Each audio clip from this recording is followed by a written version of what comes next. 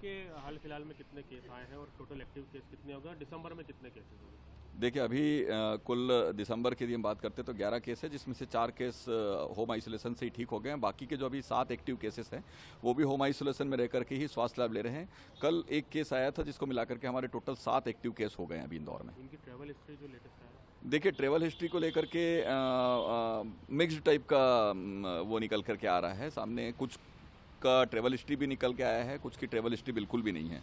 कुछ लोगों ने शादी समारोह में भी भाग लिया था और कुछ ऐसे भी हैं जो जोधपुर या दूसरी या अन्य बड़ी सिटियों से ट्रेवल करके आए।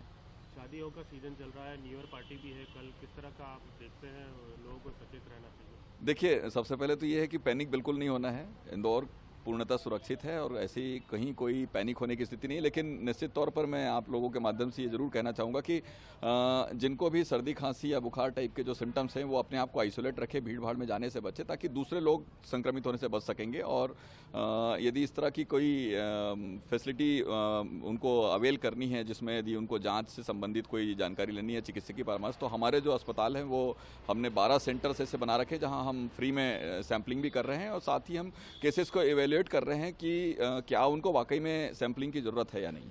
अच्छा, ये जो लेटेस्ट केस आया है ये कौन है?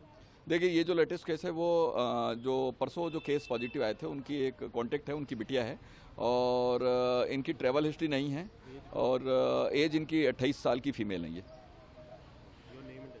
डॉक्टर अमित माला का नोडल ऑफिसर IDSP इंदौर।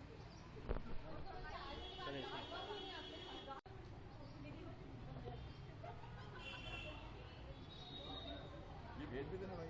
जी सर। आतिक भाई बहुत दिन बाद मतलब वो ले रहा है मालूम। तो मैंने सेतिया साहब से किया था अभी। एक्चुअल क्या हो रहा है ना, समस्या कोविड की सीवियरिटी की नहीं है। बेसिकली लोगों में जो जितने भी लोग अभी सैंपल कराए हैं ना, उन लोगों का ये एक तरीके से देखा जा रहा है तो मेरे पास यदि मेरे क्लिनिकल साइड वाले डॉक्टरों के पास